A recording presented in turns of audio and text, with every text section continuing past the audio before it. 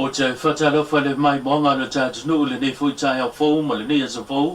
Wa tātu au lia mai le lofa ma le anga leo le atua. Iau tātu whilo i fōu le tātu poklame masani o tātu update. E aluma ia o se whapoponga le nei o le tūtua ma le onanga le lau Samo Entertainment. E mō moatu i tātu tala. Ua mōlia e leo leo i le tamaitai tu stala si nia le newspaper le Samoa Observer. E swafa ia Marietta Heidi i la leo. O le sona nafi le na wha maulia mai se tasio sui le pulenga le matanga luenga o leo leo, le maulia i leo leo tamaitai, i le maulianga o le tau whaleanga, defamation, po le whaia leo ni whamtalanga e tau leanga ina ai, ia se tasi po se tamari anga o se tasi tangata. O se tusitu singa le newspaper, leo tamaitai sa whasa lawina i lunga newspaper i le mau atu, le whapena tu ina tuai, i se lapata inga a se whaululunga o le vaenga o tāwale afi, al matanga ruenga o leo leo, ia le tofa ia tupai sa pani le leima le whanga, a ngai i le atalii po se alo e whaasino le li pale mia, i lona whaafoina leo le tāwale, le whaonga ina e whiawhi o iai, e le whionga le teitai e le tunu, e au noma se whaatananga, ai wo mai ona whaatula whanoina, e na o malu le malo o loo ngā lulue, mo le pui pui ngā le saonga le mua le teitai e le tunu, e mawhai ona tau avea lea tā vale.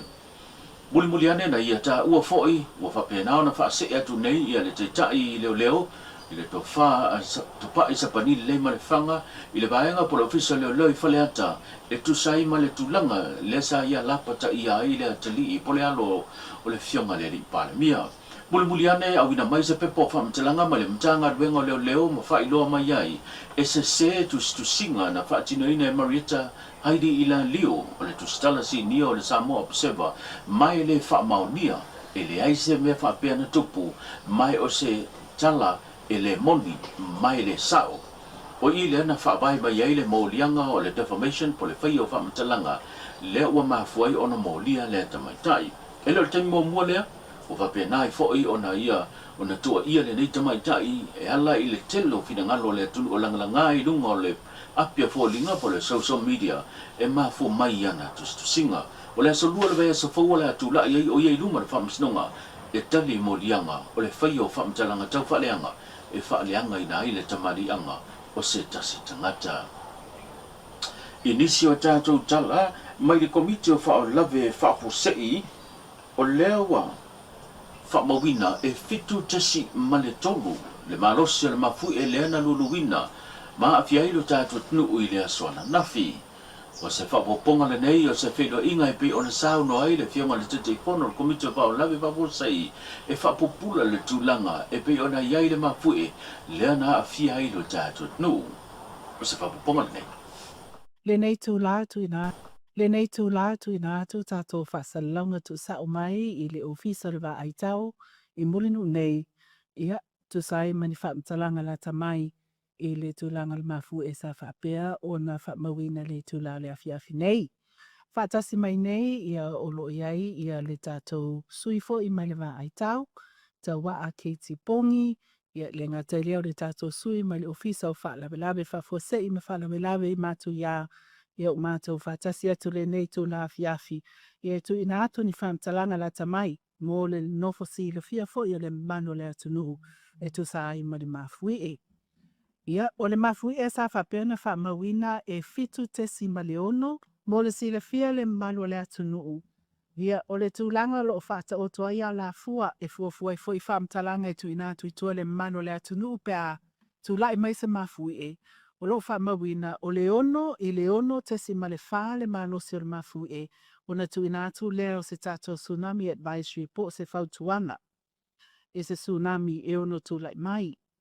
A whapea e to tonu o le ono te si ma le lima i le fitu te si ma le lima le malosi o le mafu e ia o na tu inatu lea o le tsunami watch po le nofo Sauniuni mo se tsunami e ono tu lai mai. E o wātu loa ma le fitu tesi ma le lima, le maa losi o se mafu e, o na tu inatu lea i le mamano le atu nuu, se lapata inga maa losi, po o le tsunami warning. O le taiminei o lo whamawina le maa losi o le mafu e i le fitu tesi ma le ono. Peita iane, e iei nisi vaenga sa tilo tilo iai le tato ofisa o va aitau, lea ona whai e leo le whai unga e tu ina atu le whautuanga po le baishi. O vaenga ngā nei, e uina mā losi le mafu e fitu tesi maliono, peita iane o le loloto, sa whapea o le nofuanga sa pole o ngā sami, sa whapea na tu lai mei le mafu e lua se lau tolus fun ma le fitu kilomita. E uina mā losi le mafu e na whamawina i le fitu tesi maliono, peita iane, o le loloto o le nofuanga pole o ngā sami sa tu lai mei le nei mafu e tu sa lea ma le lua se lau tolus fun ma le fitu kilomita. O tato a la fua lo fata tia nei e te tau o nai lalo ifo o le 5 kilomita le loloto o se vaenga i ono tu lai mai ai se mafue. Inisi o tātou tala, ua tai mua le fionga i le te tai o le tunu o ia fo o le li pānemia, le sunga la ule le maari toa le o te pola tai wao forces mi, i le mo i whaia le o suenga o test, ina ia te tala aloa ia ai le whainga whaavai mo le suenga tau fuala au, whaasaina, e pe ona tau la mua le komisio ngā ruenga le malo le PSC, po le Public Service Commission, i le mai ai o le suenga whapitoa mo le te tai o le malo i le fiafi o le aso ana nafi, na whaamawina ai le mamai mai o ia i tūlanga, e pe ona whaatino ai ia suenga negative. O se whamaite lea mo le au whainga ruenga uma le malo, mai to tele niso i la to le a wai le whaamoe moe, ma whai ai fo i suenga whapitoa, mo le whaamawina ai, po o mama i la to, mai a fianga o tūlanga whala whasaina, o le whaasolo lea ngā ruenga tā ue le palemene, whaapsinonga, whapia fo i ma whaasolo atu le au whainga ruenga uma le malo. O le nei ngā ruenga o le ngā lue whaatasai le Official Commission ngā ruenga le malo, ta ngā ruenga o leo ma le whaapatonga o susuenga whaasai nisi Samoa, le Strauss. Inisi o tātou tala, mai le tātou maketi,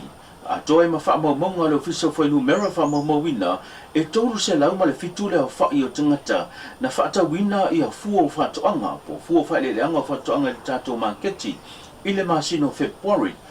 lena se mawai atu nei tau sangale nei lua o luono, ma e lua sfuma leona pasena wasi itia mai ai, pe afa atu sa atu le masino January o le amatanga o le tau sanga nei. O whaamaumaunga le Official Whainumera whaamaumauina i le masino o January, ma le masina neo February, e tolu sifuru pasene wasi itia atu ai, le masino February, a nga i le masino January.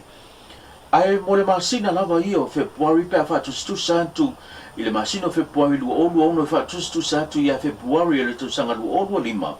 e lima sfuma le whampasene le au whai o le whapoponga o si tia i lunga le tūlanga o fua le anga tau sanga nei pe a whatustu santu i le tau sanga lua o lua lima o loo whamawina fo i le whaititia i le tasi pasene le tau o fua le anga o whatoanga se ia vanga na ai ia tau mafo le ufi ma tau mafo fuala au faisua. O le tau a whai o fua whatuanga sa whatawina i le masina o February, leana se mawai atu nei sa lau 5 sfuma tasiafe, 5 se lau, ua si tia fo i le 2 sfuma le 1%, ma ua whaamawina i le si tia le 3%, e peia no whaatustu santu i le masina o February le tau sanga lua o lua 5. Ma le tātou tala muli ua whaasala i le o langa atoa i le whalepuipui tana malala le li o se misi matawhitafi mai la fio anga o mata utu i a pia. O le asona na fintuina mai ai le whaiunga le whaamisnonga le mawalunga le fionga le utele ni a mata tua tangaloa e whaasanga i le li o se misi a li i matawhitafi.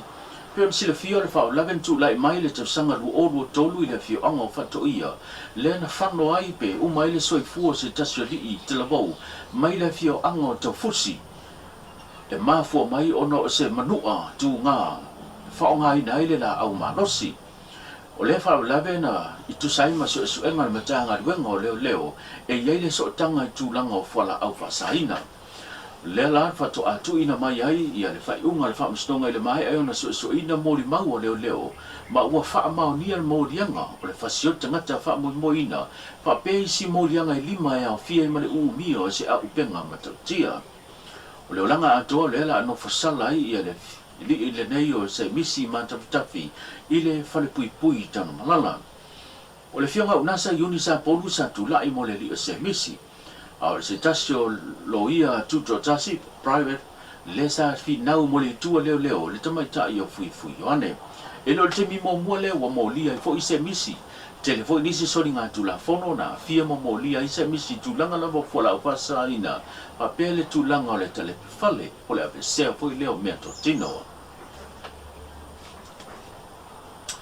tau lunga mai fa fonga le tulanga pe ona ia chantu update yo mena tupu sa mo ia tulta mai se si fa ponga i le so taya pa soi foi